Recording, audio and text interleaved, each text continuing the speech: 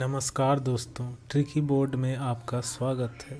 आज हम science express series का दूसरा सेट रिवाइज करेंगे, जो कि स्पीडी बुक से लिया गया है, जो आजकल की परीक्षाओं में बार बार पूछे जा रहे हैं और यह सभी प्रश्न आगामी परीक्षाओं में पूछे जाने की अति संभावना है। तो आइए हम सब फटाफट शुरू करते हैं। और हाँ, अगर अच्छा लगे तो सब्सक्राइब ज़रूर करें।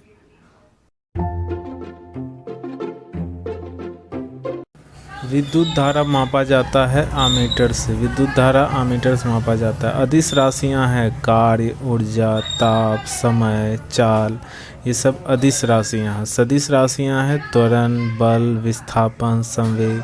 जिसमें सिर्फ परिमाण होता है उसको अदिश राशि कहा जाता है। जिसमें परिमाण और दिशा दोनों होता है उसको सदिश राशि कहा जाता है।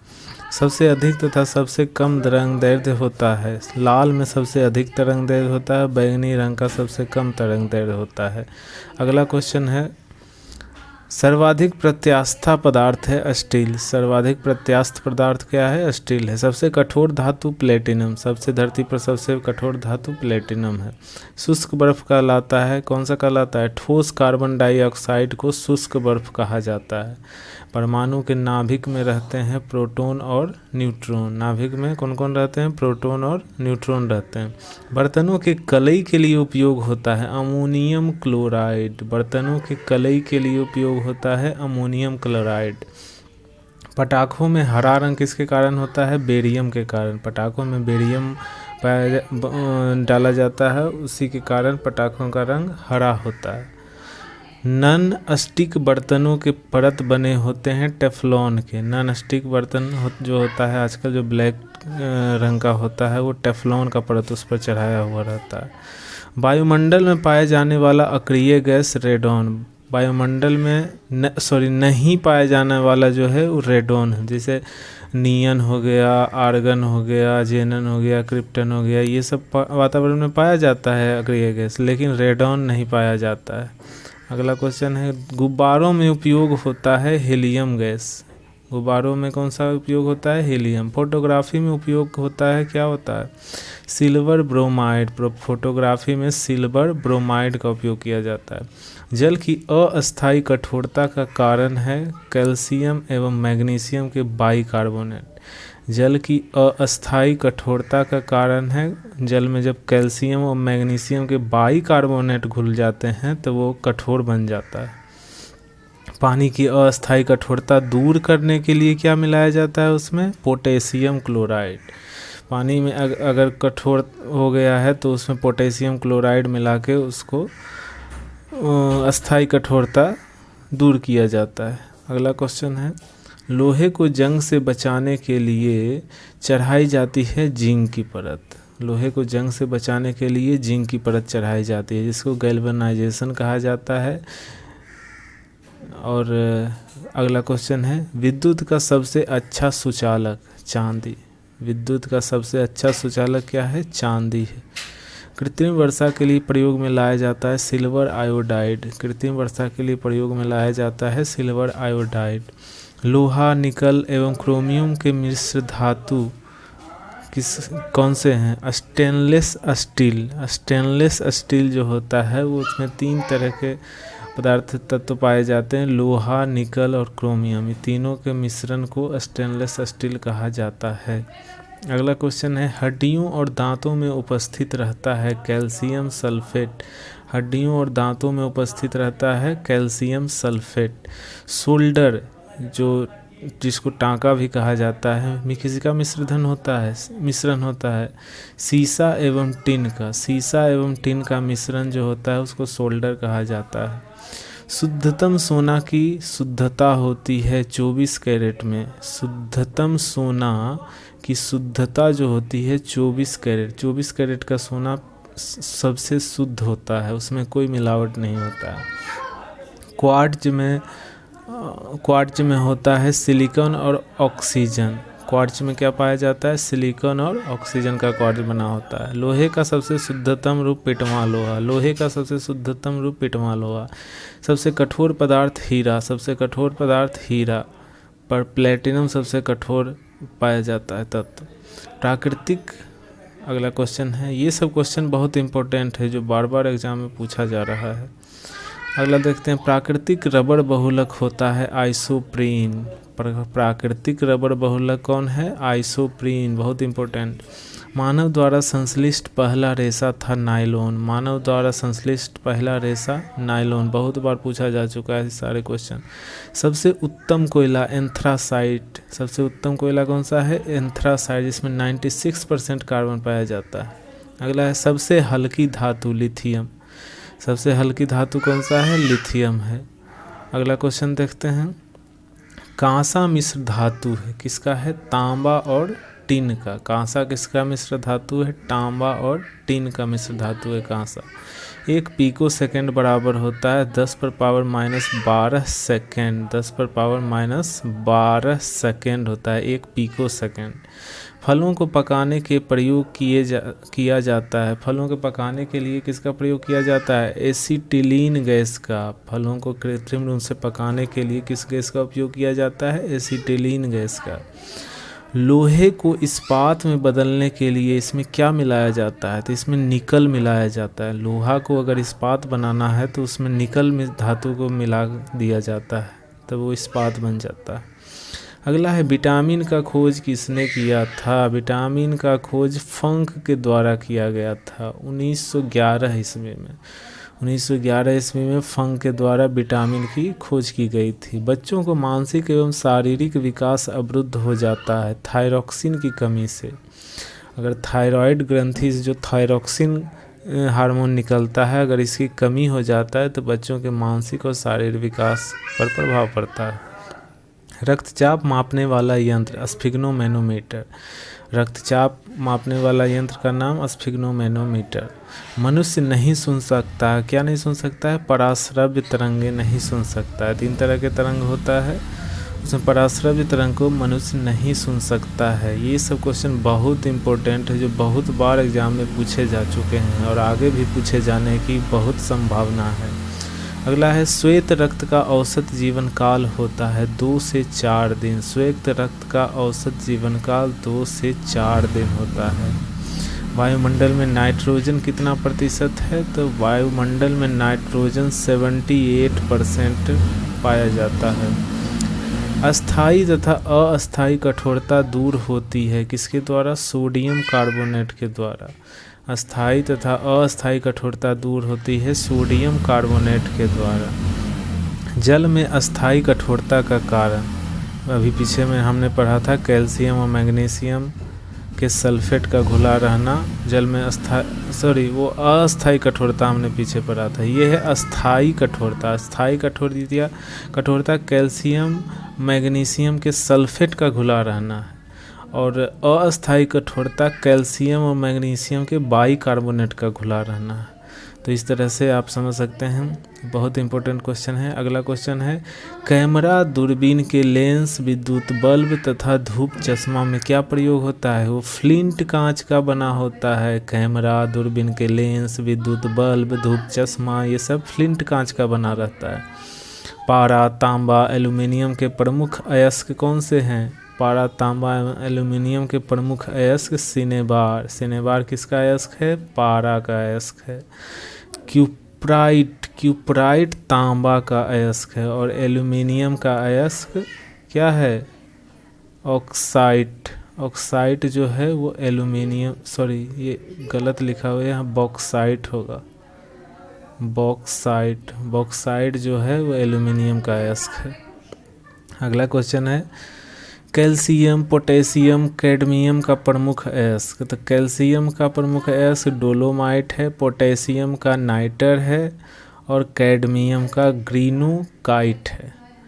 अगला क्वेश्चन, प्राकृतिक गैस मिश्रण होता है। प्राकृतिक गैस जो रहता है वो मिश्रण किसका रहता है? ब्यूटेन और प्रोपेन का। ब्यूटेन और प्रोपेन का मिश्रण को क्या कहते हैं? प्राकृतिक गैस कहा जाता है।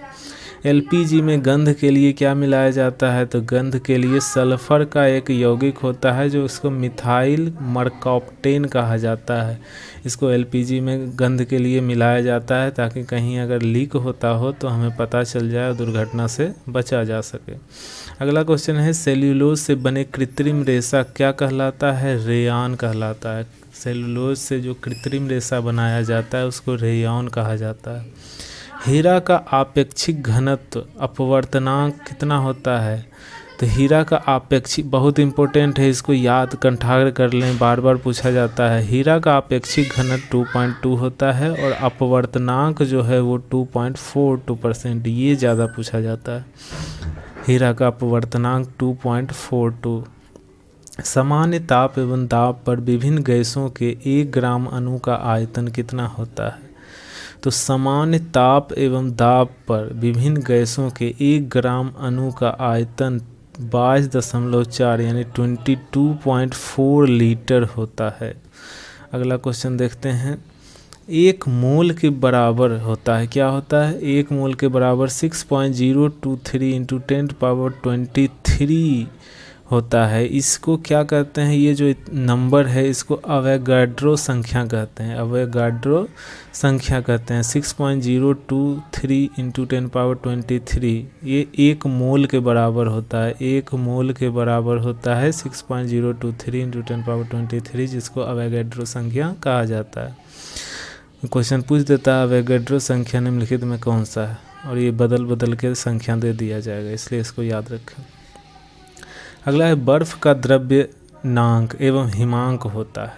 तो बर्फ़ का द्रव्यनांक है या गलनांक है या हिमांक है, सब 0 डिग्री सेल्सियस पर होता है।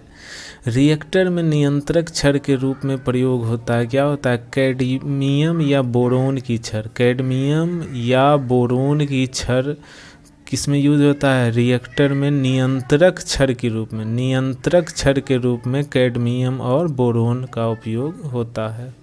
अर्धचालक का उदाहरण कार्बन, सिलिकॉन, जर्मेनियम, इन सब को क्या कहा जाता है? अर्धचालक कहा जाता है। अगला क्वेश्चन है दोस्तों, ये सब सारे क्वेश्चन बहुत इम्पोर्टेंट है, जो मैंने देखा है सभी एग्जामों में बार बार पूछे जा रहे हैं, इसलिए इसका रिवीजन हम हमेशा करते रहें। अगला क्वेश्चन है कांच में किस रंग का वेग सबसे अधिक तथा कम होता है? तो कांच में लाल रंग का वेग सबसे अधिक होता है और बैगनी रंग का वेग सबसे कम होता है। हम जानते हैं कि लाल रंग का तरंग दैर्ध्य सबसे अधिक होता है और बैगनी का तरंग दैर्ध्य सबसे कम होता है। अगला क्वेश्चन है पानी में डूबा हुआ हवा का बुलबुला किसकी भांति काम करता है? अवतल लेंस की भांति। इसको हमने पिछले वीडियो में ये प्रैक्टिस सेट 1 में भी किया था। पानी में जो बुलबुला निकलता है वो अवतल लेंस की भांति काम करता है। समतल दर्पण में बना प्रतिबिंब हमेशा कैसा होता है? काल्पनिक होता है, वस्तु के बराबर होता है और उल्टा होता है। समतल दर्पण में प्रकाश का तरंग दैर्ध्य होता है। प्रकाश का तरंग दैर्ध्य ये भी इम्पोर्टेंट है, बहुत बार क्वेश्चन में पूछा तो जा रहा है, सारे क्वेश्चन बार बार, पर कुछ कुछ जो हमेशा देखने को मिलते हैं वो है प्रकाश का तरंग दैर्ध्य 3600 एंगस्ट्रम से 7800 एंगस्ट्रम के बीच होता है। तो अगला क्वेश्चन है वायु एवं निर्वात में प्रकाश की चाल सबसे अधिकतम होती है, कितनी होती है?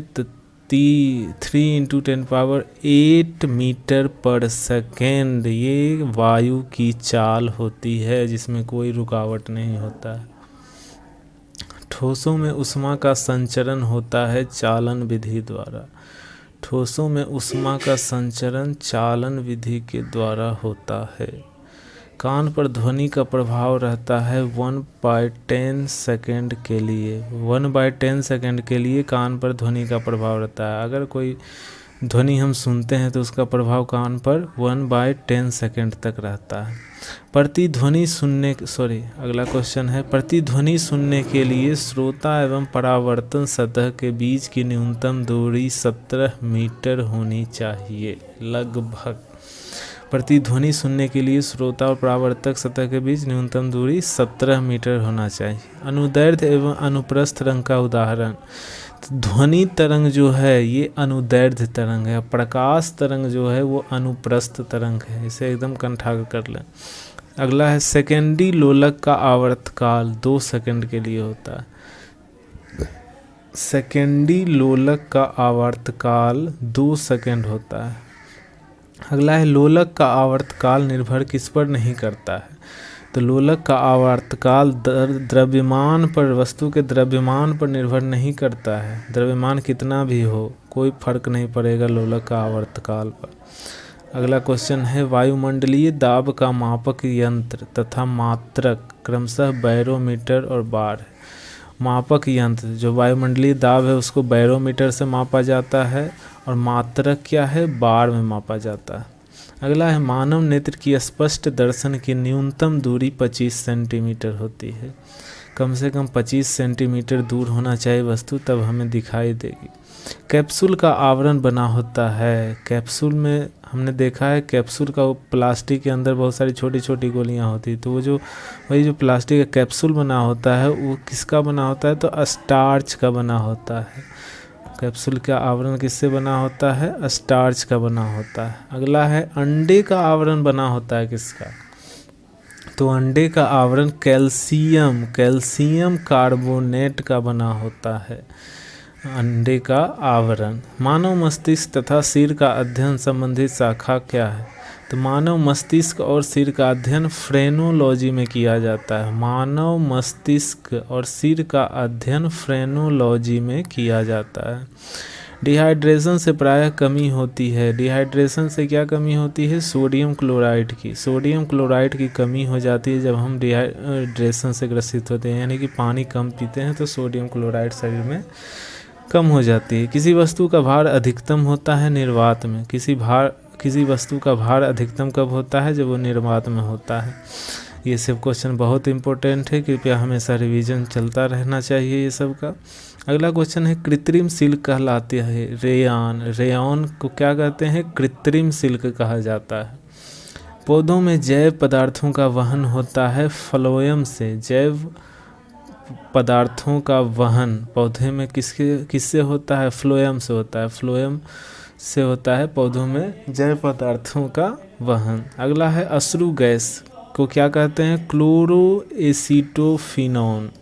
क्लोरोएसिटोफिनोन को अश्रु गैस कहा जाता है। अगला है अति चालक की प्रतिरोधकता होती है 0। अगर कोई मेटल है उसका वो अति चालक है तो उसमें जो प्रतिरोध रहेगा वो 0 रहेगा। ये अगला है डीएनए की खोज किया था। डीएनए की खोज वाटसन और क्रिक ने किया था। डीएनए की खोज वाटसन और क्रिक ने किया था। अगला क्वेश्चन है आम का वैज्ञानिक नाम, मैंजीफेरा इंडिका आम का वैज्ञानिक नाम होता है। तंबाकू में विषैला पदार्थ क्या होता है, तो निकोटीन होता है। निकोटीन तंबाकू में पाया जाता है जो विषैला पदार्थ होता है। रेफ्रिजरेटर में जल को ठंडा करने के लिए प्रयोग किया जाता है अमोनियम गैस। जो हमारे घर में रेफ्रिजरेटर होता है उसको ठंडा करने के लिए जिस गैस का इस्तेमाल किया जाता है वो अमोनियम गैस होता है। वायुमंडलीय दाब किसके बराबर होता है, तो 10⁵ न्यूटन पर मीटर स्क्वायर। 10⁵ न्यूटन पर मीटर स्क्वायर वायुमंडलीय दाब होता है। तो ये सब क्वेश्चन बहुत इम्पोर्टेंट है, इसको हमेशा रिवीजन करते रहना चाहिए। अगला क्वेश्चन है 2 समांतर दर्पण के बीच रखी वस्तु का प्रतिबिंब अनंत बनेगा। अगर 2 समांतर दर्पण आपस में खड़ा करके आमने सामने रखते हैं, उसके बीच अगर वस्तु रखते हैं तो उसका प्रतिबिंब अनंत बनेगा, गिन नहीं सकते हैं, इतना बनेगा। अगला है पेप्सिन प्रोटीन को बदल देता है पॉलीपेप्टाइड में। पेप्सिन जो एंजाइम होता है प्रोटीन से क्रिया करके पॉलीपेप्टाइड में बदल देता है प्रोटीन को। क्वाशियोरकर तथा मरासमस की बीमारी होती है प्रोटीन की कमी से। प्रोटीन की कमी से क्वाशियोरकर और मरासमस की बीमारी हो जाती है। डीएनए की इकाइयाँ कहलाता है न्यूक्लियोटाइड्स। न्यूक्लियोटाइड्स डीएनए की इकाई कहलाता है न्यूक्लियोटाइड्स। अगला है किस तापमान पर सेल्सियस और फ़ारेनहाइट का पाठ्यांक समान होता है, तो -40 डिग्री पर सेल्सियस और फ़ारेनहाइट दोनों का मान बराबर होता है। अगला क्वेश्चन है ट्यूबलाइट में कौन सी गैस भरी जाती है? ट्यूबलाइट में मर्क्यूरिक ऑक्साइड व आर्गन दोनों गैस भरी जाती है ट्यूबलाइट में। सबसे हल्की धातु कौन सी है? तो लिथियम। लिथियम सबसे हल्की धातु है। दोस्तों बहुत इम्पोर्टेंट क्वेश्चन है, इसको हमेशा रिवीजन करते रहें। चावल को पॉलिश करने से कौन विटामिन नष्ट हो जाता है? चावल को पॉलिश करने से थायमिन, जो विटामिन B2 होता है, B2 विटामिन जो होता है वो थायमिन कहते हैं उसको। वो चावल जब पॉलिश किया जाता है तो वो विटामिन नष्ट हो जाते हैं। प्याज तथा लहसुन में गंध किस तत्व के कारण आता है? पोटेशियम। उसमें पोटेशियम उपस्थित रहता है, इसी के लिए गंध देता है। किस पदार्थ को मिलाने से रक्त का बहना रुक जाता है? Ferric chloride. फेरिक क्लोराइड को मिलाने से क्या होता है कि रक्त का बहना बंद हो जाता है, फेरिक क्लोराइड मिलाने से। अगला क्वेश्चन, सबसे भारी धातु कौन सी है? सबसे भारी धातु ऑस्मियम। ऑस्मियम सबसे भारी धातु है। अगला D2O का सामान्य नाम क्या है? D2O का सामान्य नाम भारी जल है। भारी जल को D2O कहते हैं, जिसका अनुभार 20 होता है। D2O का सामान्य नाम भारी जल होता है, जिसका अनुभार 20 होता है। पृथ्वी की भूपर्पटी पर सर्वाधिक तत्व कौन सा मिलता है? तो ऑक्सीजन। ऑक्सीजन पृथ्वी पर सबसे अधिक मात्रा में पाया जाता है भूपर्पटी में। तो दोस्तों अगर आपको अच्छा लग रहा हो तो सब्सक्राइब जरूर करें चैनल को। प्राकृतिक वर्ण के सिद्धांत को किसने प्रतिपादित किया? तो डार्विन ने किया था। प्राकृतिक वर्ण के सिद्धांत को डार्विन ने प्रतिपादित किया था। फोटोक्रोमिक कांच में क्या विहरित होता है? तो फोटोक्रोमिक कांच में सिल्वर आयोडाइड का अंश होता है।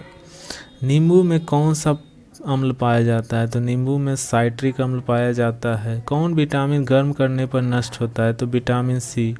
विटामिन सी जो होता है वो गर्म करने पर नष्ट हो जाता है। अगर कोई सब्जी या फल में विटामिन सी है, अगर उसको हम गर्म करेंगे तो वो विटामिन सी नष्ट हो जाएगा।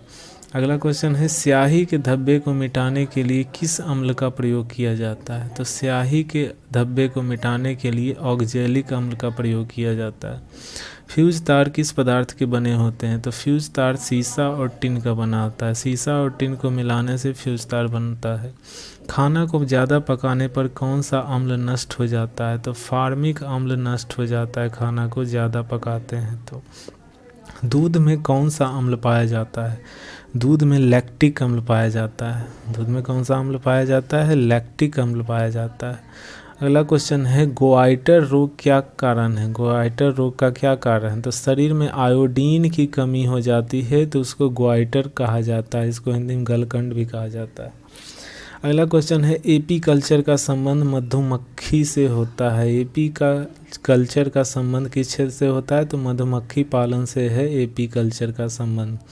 सेरीकल्चर का संबंध किससे है? तो रेशम उत्पादन से है। रेशम उत्पादन से को सेरीकल्चर का कहते हैं। प्रोटीन का पाचन किस अंग में होता है? तो छोटी आंत में होता है। हमने पिछले सेट में भी इसको डिस्कस किया था। प्रोटीन का पाचन किस अंग में होता है? तो छोटी आंत में होता है। तो दोस्तों ये सारे क्वेश्चन बहुत इम्पोर्टेंट है। अगर अच्छा लगे तो लाइक करें और सब्सक्राइब करें और कमेंट में ज़रूर बताएं कि कैसा लग रहा है। अगला क्वेश्चन है हीमोफीलिया किस प्रकार का रोग है? हीमोफीलिया आनुवंशिक रोग है। दूध का फटना दूध से दही बनना यह किस क्रिया से होता है? किण्वन क्रिया से होता है। दूध का फटना और दूध से दही बनना एक किण्वन क्रिया का उदाहरण है। इंसुलिन की खोज किसने की थी? तो बेंटिंक और बेस्ट ने की थी इंसुलिन की खोज किसने की थी? जिसे मधुमेह रोग, जिसकी कमी से मधुमेह रोग हो जाता है, तो इसकी खोज बेंटिक और बेस्ट ने की थी। अगला क्वेश्चन है पारसेक का भौतिक राशिक मात्रक है खगोलीय दूरी। पारसेक जो है वो किसके मात्रक है? खगोलीय दूरी को मापने का एक इकाई है, पारसेक उसको कहते हैं। गाय के दूध का पीला रंग किसके कारण होता है? कैरोटीन के कारण। गाय के दूध का पीला रंग कैरोटीन के कारण होता है। मलेरिया का परजीवी क्या है? प्लाज्मोडियम है। मलेरिया का परजीवी प्लाज्मोडियम है। अगला क्वेश्चन है, विकास के उत्परिवर्तन के सिद्धांत को किसने प्रतिपादित किया था? ह्यूगो डी ब्रिज ने किया था। विकास के उत्परिवर्तन सिद्धांत, विकास के उत्परिवर्तन सिद्धांत को ह्यूगो डी ब्रिज ने किया था। धातुओं के वेल्डिंग के लिए किसका प्रयोग किया जाता है? तो उसमें एसिटिलीन गैस का प्रयोग किया जाता है। धातुओं को जब जोड़ने के लिए वेल्डिंग किया जाता है तो वहाँ पर एसिटिलीन गैस का उपयोग किया जाता है। पॉलीथीन किसका बहुलक है? पॉलीथीन इथिलीन का बहुलक है। पॉलीथीन किसका बहुलक है? इथिलीन का बहुलक है। अगला क्वेश्चन है, लोहे को जंग से बचाने के लिए क्या किया जाता है? जस्तीकरण किया जाता है। इसमें जिंक की परत चढ़ाई जाती है, उसको जस्तीकरण कहते हैं। अगला क्वेश्चन है, हैलोजनों में सर्वाधिक क्रियाशील होता है फ्लोरीन। हैलोजन में सर्वाधिक क्रियाशील होता है फ्लोरीन होता है। गैलेना किस धातु का अयस्क है? तो गैलेना सीसा का अयस्क है। सीसा का अयस्क को क्या कहते हैं? गैलेना कहते हैं। आंसू में कौन सा एंजाइम पाया जाता है? लाइसोजाइम। लाइसोजाइम एंजाइम आंसू में पाया जाता है। आंसू में कौन सा एंजाइम पाया जाता है? तो लाइसोजाइम एंजाइम पाया जाता है। आयोडीन की कमी से होने वाले घेंघा रोग से किस ग्रंथि की वृद्धि होती है? तो उससे थायराइड ग्रंथि की वृद्धि हो जाती है। आयोडीन की कमी जब हो जाती है, जो उससे घेंघा रोग हो जाता है, तो क्या होता है? थायराइड ग्रंथि जो रहती है उसकी वृद्धि असीमित हो जाती है। पीएच का निर्धारण किसने किया था? सोरेनसन ने किया था। पीएच मान जो हम निकालते हैं उसका निर्धारण किसने किया था? तो सोरेनसन ने किया था। मनुष्य के शरीर की सबसे बड़ी मांसपेशी कौन सी होती है? तो ग्लूटियस मैक्सिमस। ग्लूटियस मैक्सिमस जो होती है वो मानव शरीर की सबसे बड़ी मांसपेशी होती है। अगला क्वेश्चन है, शरीर का घाव किस विटामिन से जल्दी भर जाता है? तो विटामिन सी का ऑप्शन होगा। शरीर का घाव विटामिन सी से जल्दी भर जाता है। शरीर पर जो घाव हो जाता है वो विटामिन सी अगर अधिक मात्रा में लेते हैं तो घाव जल्दी भर जाता है। फोटोग्राफी प्लेट पर किसकी कोटिंग होती है? फोटोग्राफिक प्लेट पर सिल्वर ब्रोमाइड की कोटिंग होती है। फोटोग्राफिक प्लेट पर सिल्वर ब्रोमाइड की कोटिंग होती है। अगला क्वेश्चन है, हैजा किस सूक्ष्म जीव द्वारा होता है? तो हैजा विब्रियो कोलेरी, विब्रियो कोलेरी नामक सूक्ष्म जीव द्वारा हैजा फैलता है। अगला है, मनुष्य के शरीर में सबसे बड़ी धमनी कौन सी है? तो महाधमनी, जिसको इंग्लिश में ओर्टा कहा जाता है। ये सबसे बड़ी धमनी मनुष्य में होती है, महाधमनी। रक्त में गैसों का आदान प्रदान किस अंग में होता है? तो फेफड़ों में होता है। रक्त में गैसों का आदान प्रदान, जहाँ ऑक्सीजन लेती है और कार्बन डाइऑक्साइड को बाहर निकाला जाता है, वो फेफड़ों में होता है। पृथ्वी की आयु का परिकलन किस विधि द्वारा किया जाता है? पृथ्वी की आयु का परिकलन किस विधि द्वारा किया जाता है? तो यूरेनियम डेटिंग विधि द्वारा पृथ्वी की आयु का परिकलन किया जाता है। तो दोस्तों, आज यहीं ये प्रैक्टिस ख़त्म होता है। आपको यह सारे क्वेश्चन कैसे लगे या आप हमको कमेंट करके ज़रूर बताएं, और अगर यह सेशन अच्छा लगा हो तो सब्सक्राइब और लाइक ज़रूर करें, और इच्छा हो तो शेयर भी कर दें। तब तक के लिए जय हिंद, जय भारत।